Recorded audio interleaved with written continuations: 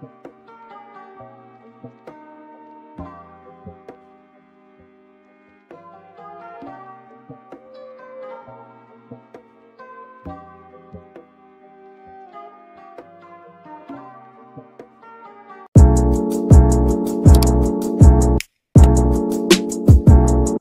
svima, dobrodošli nazad na moj kanal i u moj novi video. Kao što vidite po naslovu, za danas sam pripremila emptiese ili ti potrošene proizvode. Nešto što volim da gledam na YouTube-u, nešto što volim da snimam i vidim po pregledima da i vi volite da gledate to na mom kanalu. Tako da ne dužim dalje, krećemo sa samim videom. Prvi proizvod koji sam potrošila jeste Balea gel za tuširanje. U pitanju je miris buttermilk i limon. On izgleda ovako. Vjerojatno ste ga viđali u DM-u. Cena mu je 99 dinara kada sam ga ja uzimala i sadrži 300 ml proizvoda. Struktura, to jest formula mu je kremasta. Miris jako podsjeća, bar mene, na napolitanke sa ukusom limuna. Ovo je gotovo identično kao te napolitanke. Tako god sam se tuširala ovim gelom, uvijek su mi misli bile na te napolitanke sa limunom. Ne suši kožu, miris dugo ostaje na koži, tako da baš sam uživala koristeći ovaj Balea gel za tuširanje. Sljedeći potrošeni proizvod, to jest dva komada, jeste Nivea roll-onovi. Oni izgledaju ovako. Prvi je Energy Fresh sa limonovom travom, on izgleda ovako.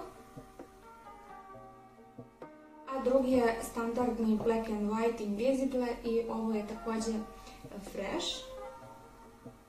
Ovo je treći video sa emptiesima i vjerojatno ste i primetili da u svakom imam po jedan roll-on i gotovo je uvijek Nivea.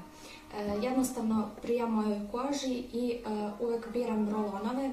Rijetko kad uzimam dezodoranse, jedino ako mi se svidi neki dezodorans u tom trenutku. U obliku stikova ne koristim, jednostavno nisam našla neki zajednički jezik sa tim proizvodom, dok mi roll-onovi definitivno odgovaraju. Ovaj Black and White standardno uvijek kada ne znam koji ću uzeti, uvijek uzmem ovaj, ne ostane fleke. Ima standardni onaj miris na Nivea kremicu. Pričala sam vam u nekom prošlom emptiesu o njima, tako da koliko ne znate koji ćete roll-on, definitivno ovaj, ne ostavlja ni na crnoj garderobi ni na beloj garderobi fleke, preporuka.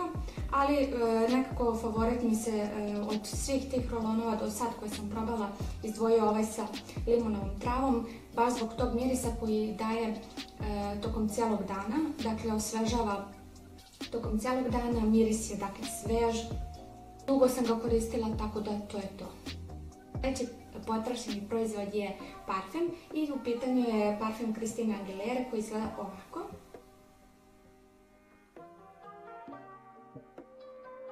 Ne znam gdje je nestao čep, ali bočica ovako izgleda. Miris je neka kombinacija cvetnog i malo jačeg parfema. Možete ga koristiti i na nekoj dnevnoj bazi i za neki večernji izlazak. Cena mu je 3000-4000, nisam baš sigurna, možda i oko 2 na akciji, nisam sigurna. Možete ga naći u DM-u, u Liliju, u lokalnim parfumerijama, dakle svuda. Pakovanje mu je prelepo, ima i ovu kao čipku. Christina Aguilera zaista ima dobre parfeme i definitivno ću uzeti još neki. Sljedeći potrošeni proizvod je još jedna kupka ili ti gel za tuširanje. U pitanju je nešto iz Avona. Zove se California Glow ova kupkica. U pitanju je miris pink grape-a i cveta plumerije. Mnogo je lep miris, idealan za leto. Kao što i sam naziv govori ove kupke, California Glow, potpuno je u tom svetlu. Ova kupkica inače je bila svetlo narančaste boje, tako da i pakovanje je upotpunilo tu priču, da kažem. Sljedeći potrošeni proizvod je također proizvod iz DM-a, to jest Balea. U pitanju je Magic Summer Body Lotion. To je onaj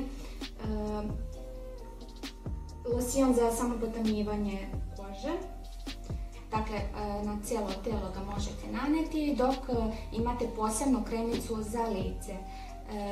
Ja ne znam koliko sam ovih bočica potrošila, preći ću zasigurno uskoro i 10. potrošenu bočicu. Pričala sam vam u par navrata o ovom losionu, losion koji daje posle prvog dana upotrebe tu preplanulu boju bez ikakvog narandžastog tona kože. Losion se divno nanosi na koži, divno se razmazuje, brzo upija, tako da odmah možete i da se obučete. Najčešće ga koristim uveče, naravno tu je nova bočica, ne ostajem bez ovog losiona, nema šanse. Tako da velika preporuka, čula sam od nekih devojaka na Instagramu da im ne odgovara ovaj losion, kažu da im ostavlja narandžasti ton. Meni ne, to se meni ne dešava, čak ni mojoj sestri, ni mojoj mami, ni sestrinoj drugarici. Mislim da je to sve zbog same pripreme kože. Kada nanosite losione za samopotamnjivanje, potrebno je uraditi peeling tela. To je obavezno, jer na taj način pripremate kožu za ovakvu vrstu losiona. Nakon toga trebate hidrirati kožu nekim losionom i tek onda nanesete neki losion koji će dati tu neku boju vašoj koži. Ja tako radim, probajte, daje neku srednju boju, dakle prirodnu preplanulu boju. Za ove zimske dane kada imamo tako malo sunca je idealno. Sljedeći proizvod je Palmolive, valjda se tako čita, ja nikad ne znam, evo koliko godina koristim njihove proizvode, ja ne znam da li se to stvarno tako izgovara, nebitno. Potrošila sam ovaj njihov šampon za, to jest protiv peruti. On izgleda ovako. Vjerojatno ste viđali ove proizvode. Nije mi odgovarao, potrošila sam ga, sadrži mentu i cink, čini mi se, i sadrži 350 ml proizvoda. Ovaj šampon mi je mastio kosu, izazvao perut koji inače nemam, tako da sve što na pakovanju sam proizvođač kaže pada u vodu, tako da definitivno ga više neću kupovati. Već i u ovom trećem videu sa Entisima se pojavila još jedna pasta. U pitanju je ova pasta za izbiljivanje. Ok je, ali koristim trenutno jednu još bolju, također od Colgate-a, bit će u nekom narednom Entisu svakako. Dobra je, ali nekako kao da ima previše sode i bikarbone, što meni lično ne prija. I daje neki srednji osjećaj svežine, a znate koliko ja volim to kod pasti. Sljedeći potrošeni proizvod je proizvod od La Roche-Posay. U pitanju je njihova micelarna voda koja izgleda ovako. Inače, ovo pakovanje od 100 ml dugo mi je trajalo, ostalo je bukvalno trunčica, ali jednostavno ne mogu ni da izvadim iz ove bočice. Skida šminku fantastično, ne iritira lice. Ja imam veliki problem inače sa tim micelarnim vodama jer većina mi izaziva peckanje na licu i iritacije i crvenilo, tako da moram da vodim računa šta koristim što se tiče ovih proizvoda. Definitivno će odgovarati svim tipovima kože s obzirom na moje iskustvo. Koža je inače normalna, ali ujedno i osjetljiva, tako da iziskuje posebnu negu. Jako mi je prijala, koristila sam je baš dugo, iako je ta neka mala količina, imate i veće pakovanje. Toga što lepo skida šminku, odlično skida šminku, divno uklanja i višak sebuma. Ja je koristim i ujutru i uveče, ujutru da osvežem lice, da pripremim kožu za dnevnu kremu i za samu jutarnju negu lica.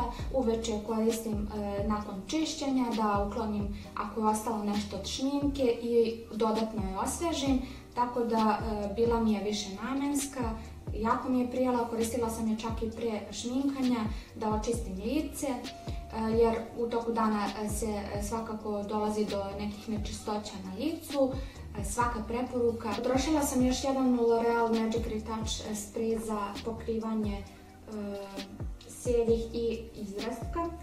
pojavile su se neke sede na kosi, tako da ovim pokrivam. Jednostavno ne želim da se farbam, a ne želim ni da mi tako tu stoji te sede vlasi.